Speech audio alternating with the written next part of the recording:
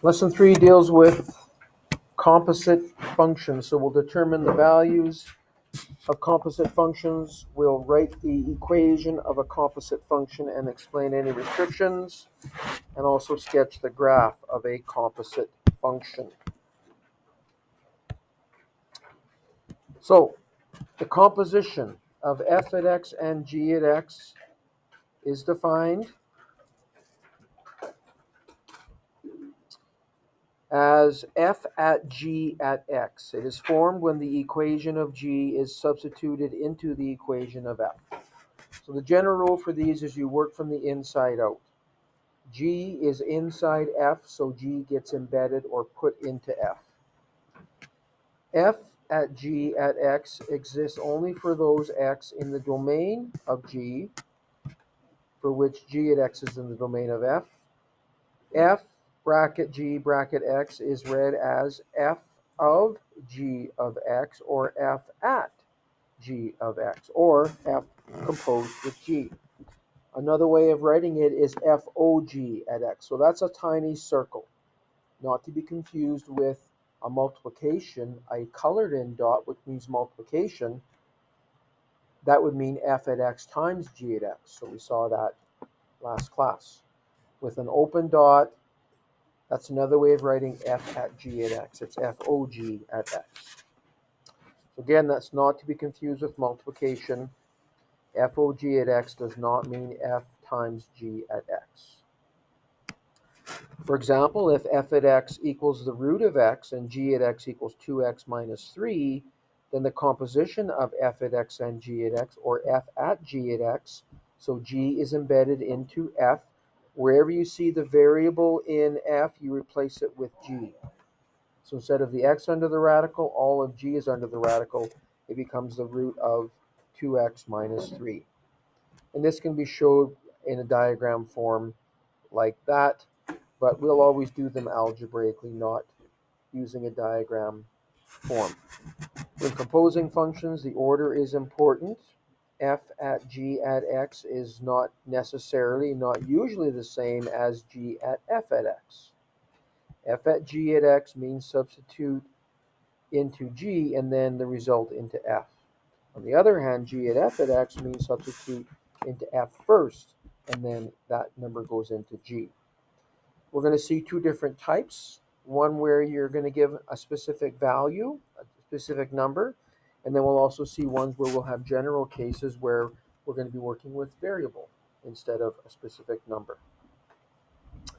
So this first example, you've got f and g defined, as well as h.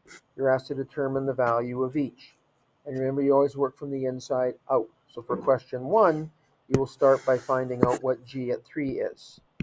And because it's g at 3, you have to use the g at x function, which is x plus 6. And you'll let x equal 3. So 3 plus 6 is 9. So now you're going to replace all of this g at 3 with what its value is, which is 9. And now we find f at 9. So because it's f at 9, you have to use the f at x function, which is 4x. Or in this case, 4 times 9, which gives us an answer of 36. So there's the value of that one. Question B, g at h at negative 2. Again, you work from the inside out by first finding h at negative 2. And so you have to use the h at x function. H at x says that it's x squared. All of x is squared, so all of negative 2 is squared, which gives us positive 4. And now we want to find g at 4. You're going to replace the h at negative 2 with its value, which is 4. So now you have g at 4. So we use the g at x function, which is x plus 6. Letting x equal 4, you'll get 4 plus 6, which is 10. You can embed functions within themselves, like question C.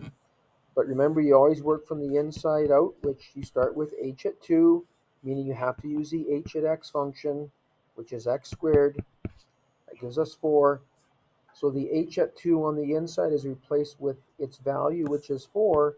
Now you're going to do h at 4, so now it's going to be 4 squared. We're still using the h at x function, which is x squared. And question D, again working from the inside out, which is f at negative 3 first. So use the f at x function, which is 4x, and 4 times negative 3 is negative 12. And now we need to do h at negative 12. So now we have to use the h at x function.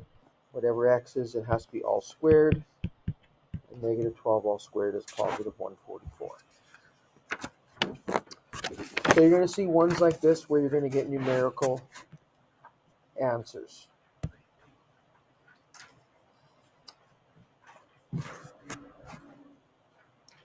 Example 2 is where we're not going to get numerical answers, you're going to get expressions. We're asked to find FOG at x. Another way of writing that would be f at g at x. And so g has to be embedded into f. Wherever you see the variable in f, you replace it with what g is, which is x squared. Everything else stays the same. All that's different is that the x is replaced with x squared, and instead of x minus 1, it'll be x squared minus 1. So again, everything remains the same. It's still under the radical, and you still have the minus 1 at the end. All you're doing is you're embedding g into f. You replace the variable in f with whatever g is. Now, we're asked to state the domain and range of this function. So, you cannot take the square root of a negative value. So, when we talk about the domain, x squared minus 1 has to be greater than 0. It can be equal 0 because you can take the root of a negative number, but you can take the root of 0, but you can't take the root of a negative number. So x squared minus 1 has to be greater than 0. And we've solved these types of inequalities in the past by looking at what the graph of it looks like.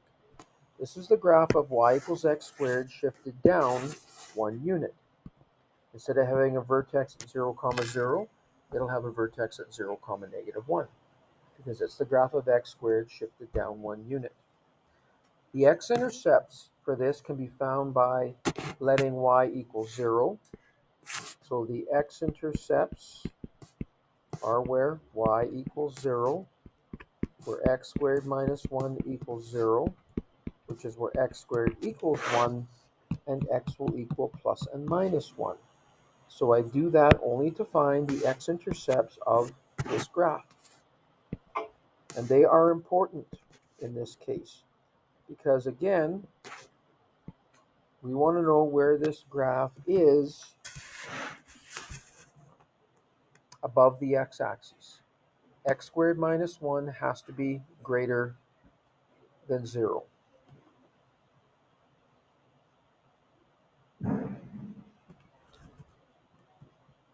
And so this tells us that that happens when x is less than negative 1 or when x is positive 1.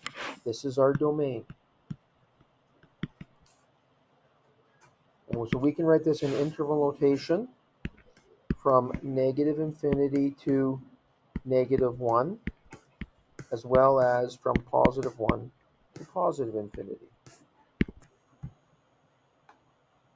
Because x squared minus 1 has to be, well, I guess it could be greater than or equal to 0, couldn't it?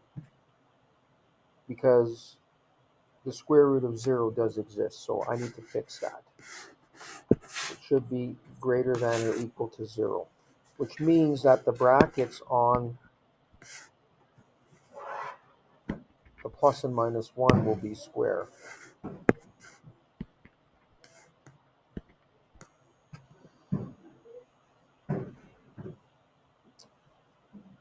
Because you can take the square root of 0, you just can't take the square root of a negative number.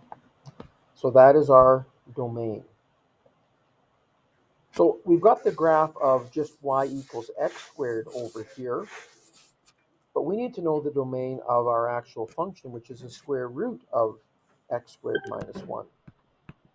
And you should realize that for that, your y values are always going to be greater than or equal to 0.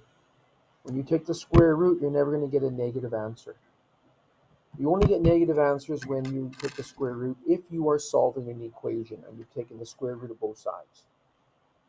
But for that function there, no matter what value you put in for x, it has to be greater than or equal to 1 or less than or equal to negative 1. The smallest value that x squared can equal is 1. And that'll be when x either equals negative 1 or positive 1. When x squared equals 1, 1 minus 1 is 0, and the root of that is 0. So that's another way of looking at that. Okay? So the range of this would be that y is greater than or equal to 0.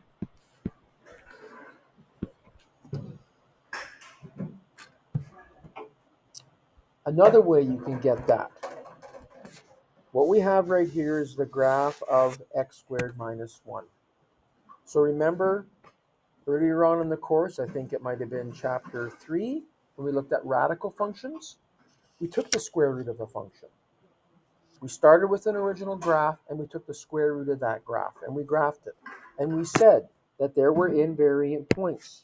They were when y equals 0, which are the x-intercepts, because the square root of 0 is 0. They were also where y equals 1, because the square root of 1 is 1. So if we're going to graph the square root of x squared minus 1 from the graph of x squared minus 1, this was our first step, our invariant points. Then we said that between the invariant points, the new graph is slightly above the original. After that, it'll be below on both sides. That would be the graph of the square root of x squared minus 1. Again, we did this, actually I think it was in chapter 2, radical functions. We graphed those. So what this does is it confirms what the range for this is, as well as the domain. Okay? Because it is the graph of y equals the root of x squared minus 1. All right? Now, part B says, what is GOF at x? Or G at f at x? So f is embedded into g. You're going to take whatever f is, which is the root of x minus 1, and you're going to put it into the variable in g, which is just x. And whatever happened to the x before is now going to happen to what we put in for x, which is the root of x minus 1. You replace the x with that, and whatever happened to the x before happens to the root of x minus 1, which is that it is squared.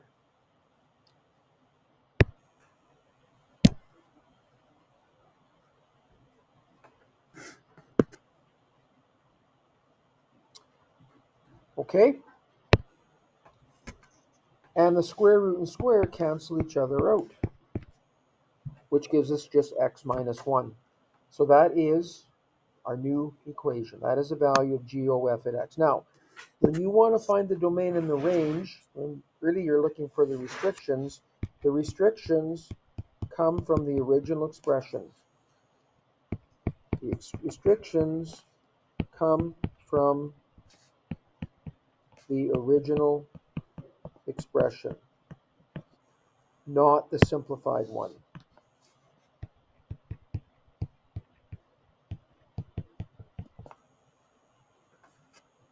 So basically, we're looking at the root of x minus 1.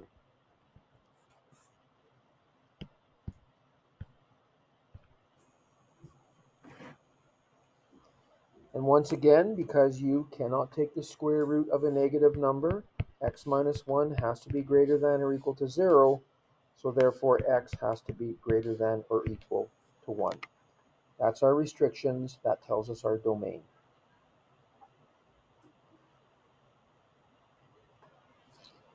Okay, and also y will be greater than or equal to 0. Remember the graph of the square root of x minus 1 is the graph of the square root of x shifted over to the right 1 unit. Instead of starting at 0, 0, it'll start at 1, 0. That's another reason why our domain is x is greater than or equal to 1, and our range is y is greater than or equal to 0. Part C says determine FOGOH. So this means F at G at H at X.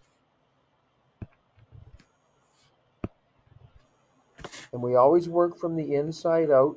So the first thing we will do is G at H at X, working from the inside out.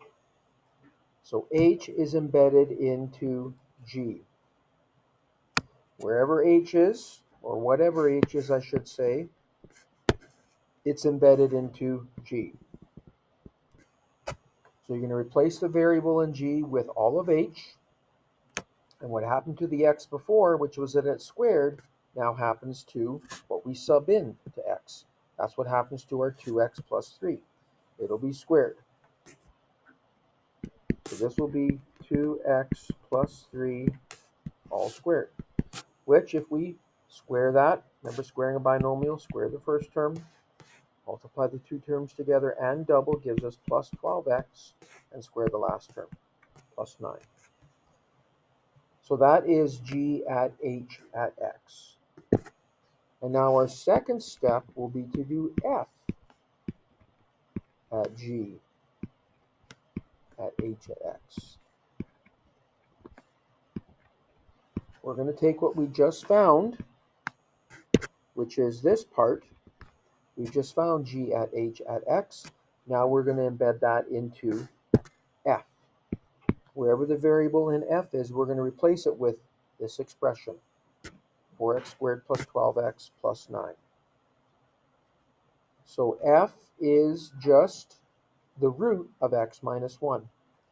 So we're going to take the expression we just found, whatever it is, that trinomial is going to go in for that x. Everything else will remain the same. You'll still be under the radical. You'll have the minus 1 at the end. So we're going to be under the radical with our 4x squared plus 12x plus 9. And then we also have the minus 1 at the end, which will give us the root of 4x squared plus 12x plus 8. So there's the value. That's the expression. And we're not asked to state the domain and range for this one.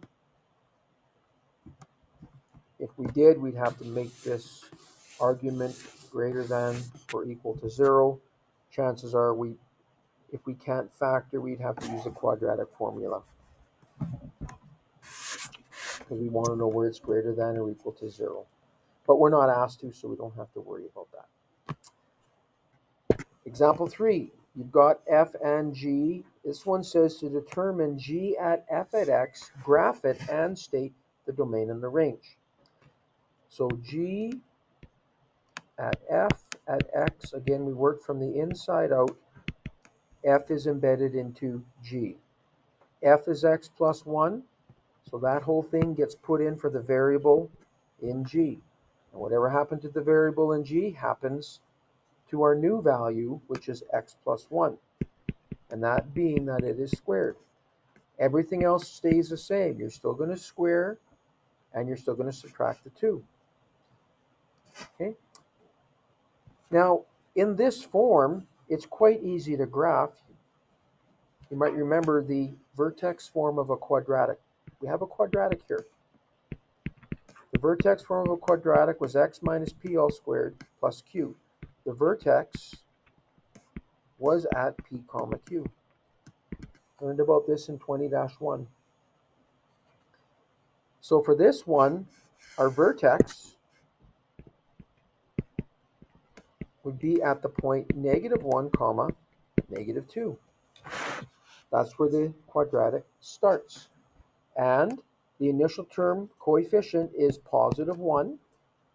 There's no number in front of the bracket, which means it's the same as being a +1, which means it opens upwards. We can find another point. We can find the y-intercept of this graph. Remember, the y-intercept is where x equals 0. So y will equal 0 plus 1 all squared. Take away 2.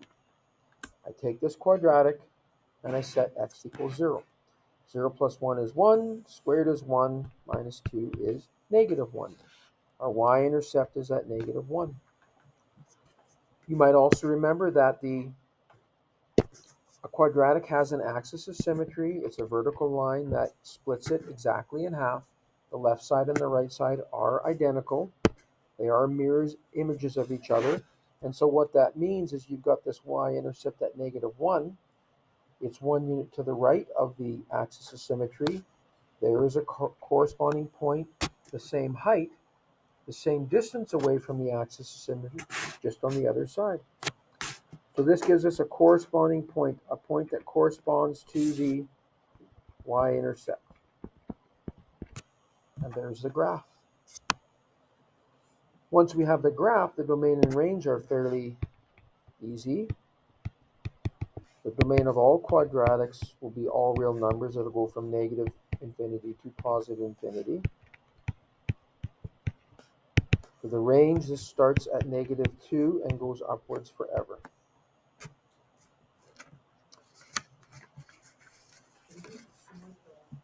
X-intercepts. Yep.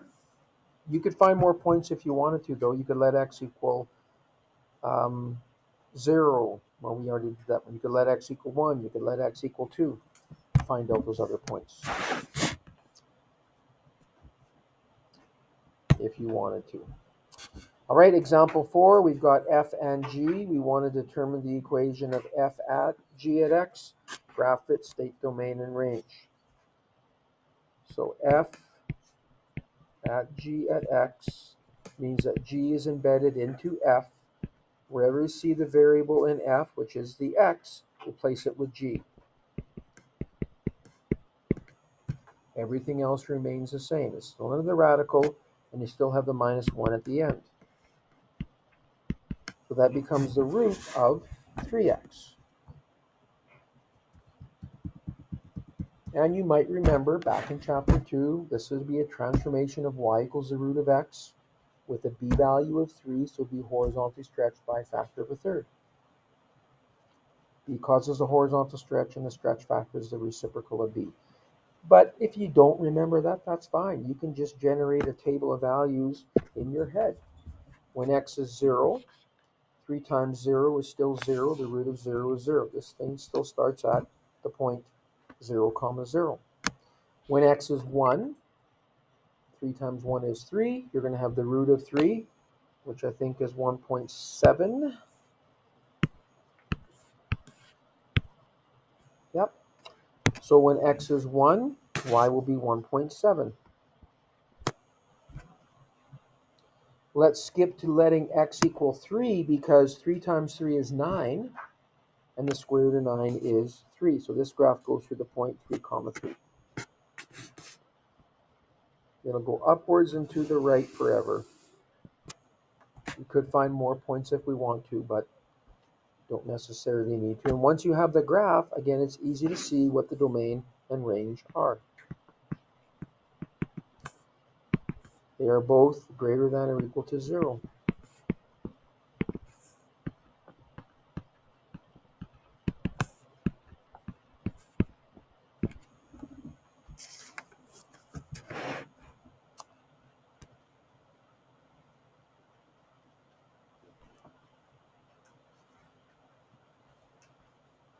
Number 5, h is equal to f at g. Determine f and g. So you're kind of doing this one by inspection, seeing if there's a pattern there. And in some cases, there may be more than one answer that'll work, but not for this one, I don't think. You can see that you've got 3 terms, and the first 2 terms have an x minus 2. If g is embedded into f, we can say that g at x equals x minus 2. And so if you think about x minus 2 is substituted into something else, then f at x would be what g is substituted into.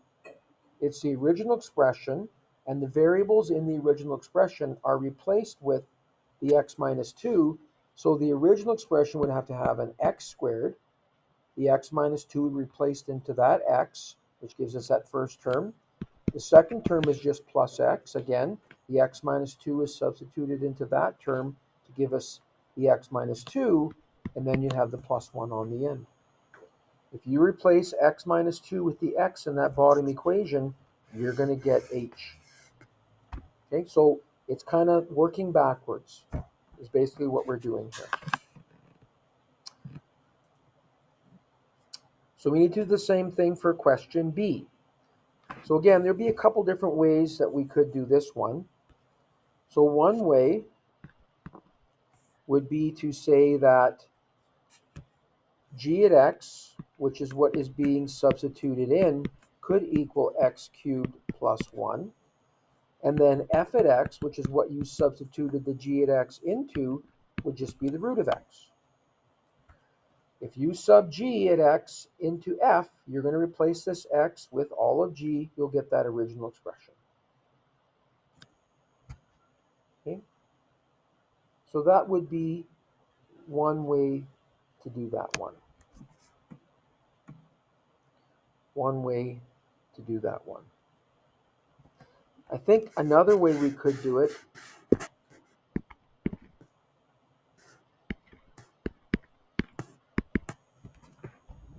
would be that g at x could equal x cubed, and f at x could equal the root of x plus 1.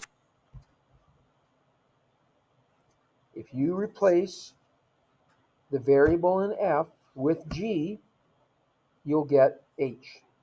If you replace this x cubed into the x, you will get h. So there's another way that this could have been done. They both work.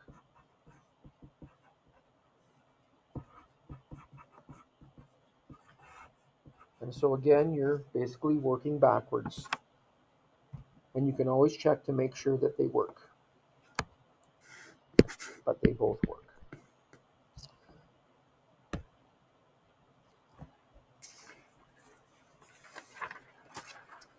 So in this case, again, we're given f and g. We want to determine GOF at x and then state the domain of all three.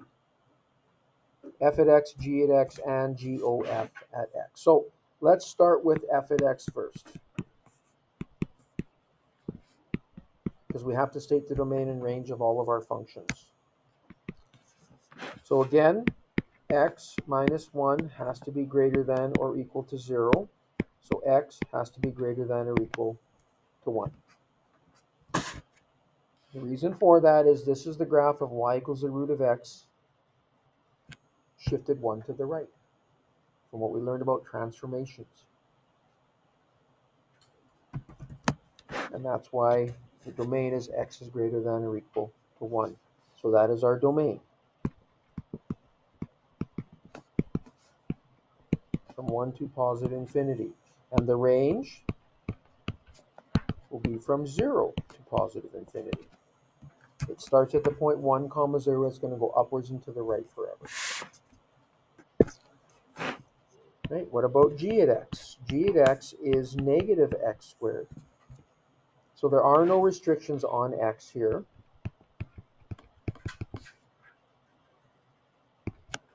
It can be any value. But there are restrictions on the range. This would be the graph of x squared reflected over the x-axis. It's going to start at 0 comma 0 and it's going to go downwards forever. So our range will be from negative infinity up to 0. And the 0 is included. So you just have to think about what that graph looks like. That is the graph of y equals x squared reflected over the x-axis.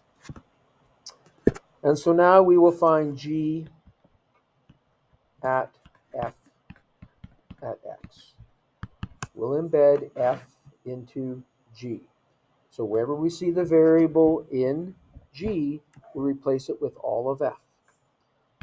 Whatever Everything else on the equation stays the same. So we still have the negative sign in front. Again, the x is replaced with the root of x minus 1. And because the x is squared, the root of x minus 1 would be squared as well.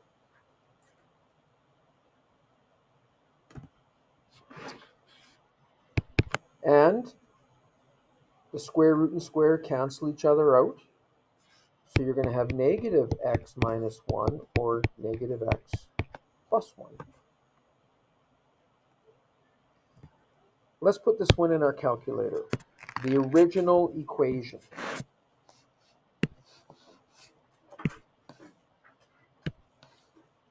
So negative, we'll open a bracket. We'll put the square root of x minus 1 in the brackets and then square it.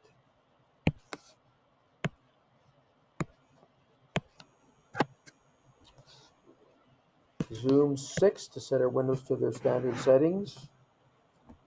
That's what it looks like. You see that is the graph of negative x plus 1. Negative x plus 1 is a line that has a slope of negative 1 and a y-intercept of plus 1. But you've got some restrictions here. Remember that our restriction on the root of x minus 1, which is part of this function, is that x must be greater than or equal to 1. That's why this graph starts at the point where x equals 1. Remember, to get your restrictions, you have to go back to the original expression before it's simplified. The graph of the simplified function has to have the same restrictions as the original, which is that x is greater than or equal to 1. So our domain for this would be from 1 to positive infinity, and our range will be from negative infinity to 0.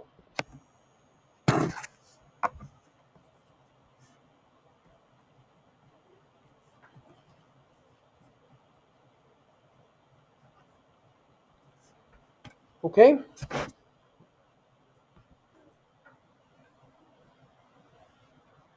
So this is a similar to one where you have to kind of work backwards. H is f at g at x. You're given h, you want to determine f at x and g at x. So if you look at this, you can see that there is some repetition here. You see the cube root of x in two different spots. So we can say that g equals the cube root of x. That is substituted into an original expression to give this expression here. And that expression that it's substituted into would be f. The first term is the cube root of x, so that variable x was replaced with the cube root of x, plus 3 over 3 again, plus x, because the x was replaced with the cube root of x in order to get that expression.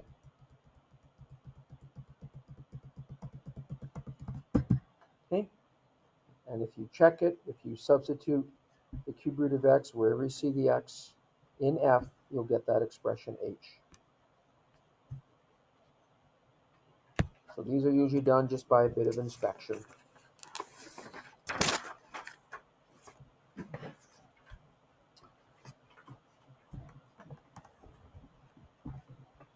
So we've got f, we've got g. We want to determine f at g at x and f at x. We're asked to graph each composite function and state the domain and range. So we don't have to state domain and range of the original, just the two composite functions. So let's start with f at g at x, where g is embedded into f. So you're going to take g and you're going to substitute it into the variable in f. Everything else remains the same, meaning you're going to have the absolute value symbol. The x is just replaced with the x plus 1. This would be the graph of y equals the absolute value of x, which is a big V, starting at 0, 0, but it'll be shifted 1 to the left. That's what transformations tells us. But if you don't remember that, that's fine. You can just do a little table of values in your head. When x is -4, -4 plus 1 is -3. But the absolute value of -3 is +3. So that graph will go through the point -4, 3. When x is -3, -3 plus 1 is -2, but the absolute value of -2 is +2. So it goes through the point -3, 2. When x is -2, -2 plus 1 is -1, but the absolute value of that is +1. When x is -1, you're going to get the absolute value of 0, which is 0. When x is 0, 0 plus 1 is 1. When x is 1, 1 plus 1 is 2. When x is 2, 2 plus 1 is 3. That's another way you can get the graph of that absolute value function. And once you have the graph, domain and range are simple. Our domain of that would be all real numbers. It goes left and right forever. The range would be from 0 up to infinity. Bless you both. Actually, I'm going to bless Santa a little more because you had your birthday sung to you so many times. You were blessed many times there. So Santa's behind in the blessings. Okay. F at x. That means that f is embedded into itself.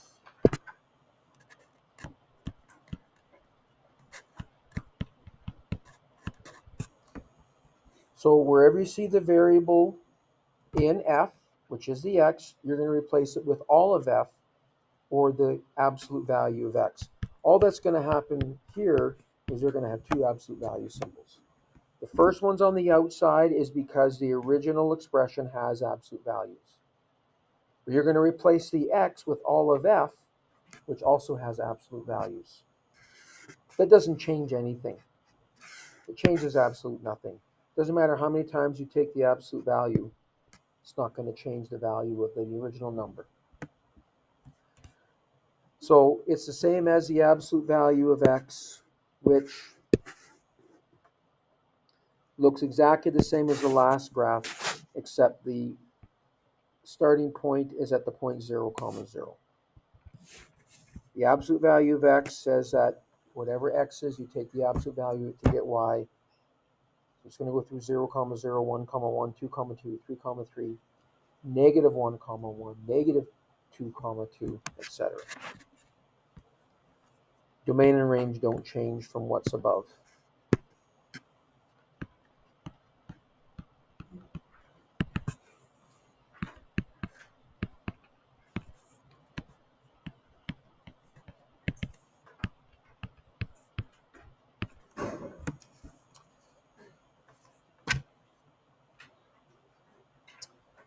Okay? Number 5, a spherical balloon. A sphere is just a ball. So it's a balloon in the shape of a ball. Is being inflated. The balloon's radius r in feet after t minutes is given by r equals root t. Express the volume of the balloon as a function of time. So to do this, you have to remember that the formula for volume of a sphere is 4/3 pi r cubed.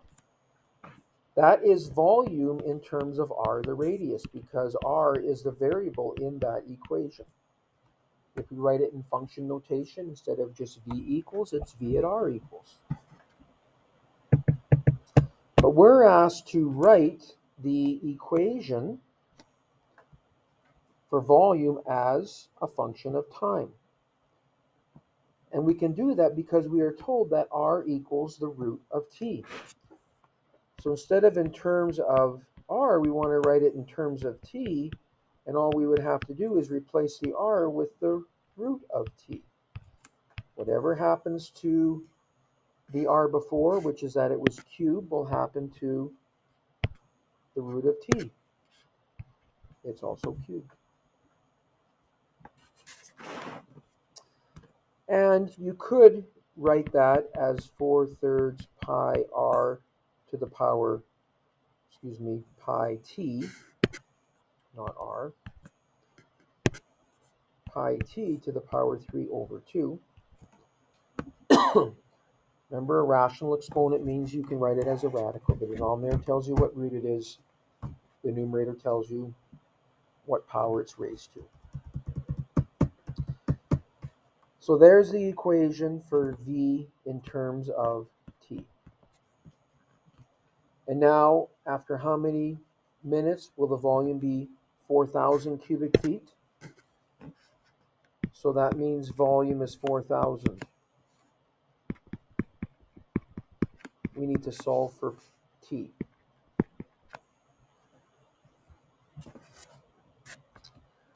And we can do this by doing some algebra. We can divide both sides by 4/3 as a starting point. So 4,000. I can divide by 4/3. I just have to put it in brackets.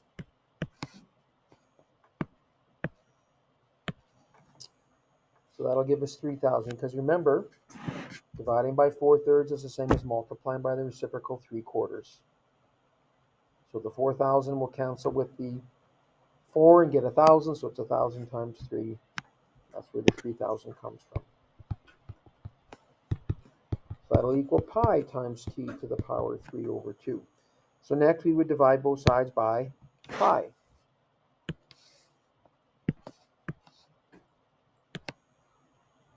So dividing both sides by pi gives us 954.93, and I rounded that down.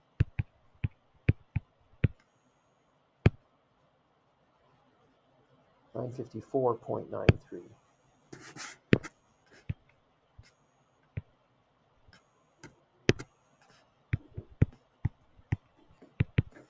Equals t to the 3/2. And to find out what t is, to get t by itself, we want to know what t to the 1 is. We can get that by raising both sides to the reciprocal of 3/2. Because when you multiply the exponents, you're going to get t to the 6 over 6, or t to the 1 equals. And on the right side, remember, a rational exponent can be written as a radical. The denominator, which is 3, tells you what root it is. The numerator 2 tells you what power it's raised to. So we'll take the cube root of that number,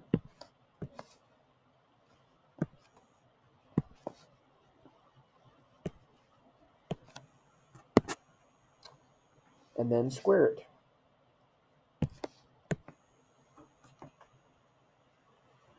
And that'll be the time, 96.97 in minutes.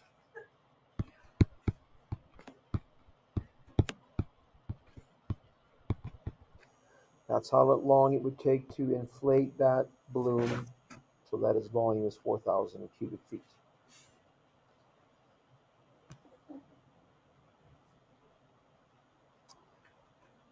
So this next one is exactly the same, except we're talking about surface area.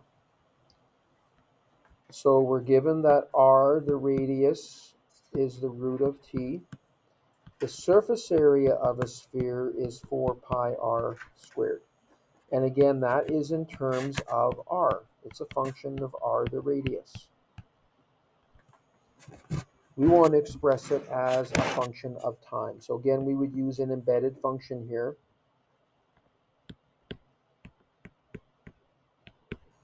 By replacing r with the root of t. Whatever happened to the r before, it was squared, will happen to the root of t, which is nice because that'll cancel with the square root. So it'll just be 4 pi t. The surface area in terms of t, the time in minutes, will be 4 pi t. And we want to know how long it'll take for the surface area to be 180 square feet. So it's just a matter of dividing both sides by 4 pi. On the previous one, I did it in 2 steps. You can do it all in 1 step. You just have to make sure when you go to your calculator to divide that you put the denominator, the 4 pi, in brackets. 180 divided by the 4 pi must be in brackets. Without that, your calculator will divide 180 by 4 and it'll take that answer and multiply it by pi if you don't use brackets. It'll give you an answer that basically is pi squared too big. Instead of dividing by pi, you're multiplying by pi. So t would be approximately 14 point, and that is again in minutes, 32 minutes.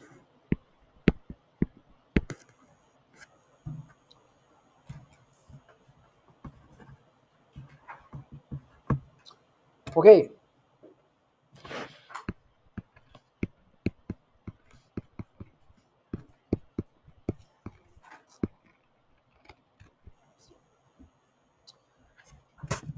On our next class, which will be Monday, we're going to have a quiz on chapter 10 because we're now done chapter 10. That's it. Already. Sorry? Yeah. So there is some extra stuff at the back. One of them is this chapter 9 and 10 review assignment. This is going to be part of what you're going to get for your unit review. So disregard. No, because we don't have Friday. You guys don't have school Friday. It's a PD day. Tomorrow's Thursday. Yeah. Okay, so yes, we are done this chapter. So you'll have a quiz on Monday on this stuff. You should do those questions for practice. I'll post the solutions on Google Classroom. And spend some time over the weekend reviewing. We only had 3 lessons here, so it's not a lot. So you're ready for your quiz on Monday. Okay? But the campus is okay.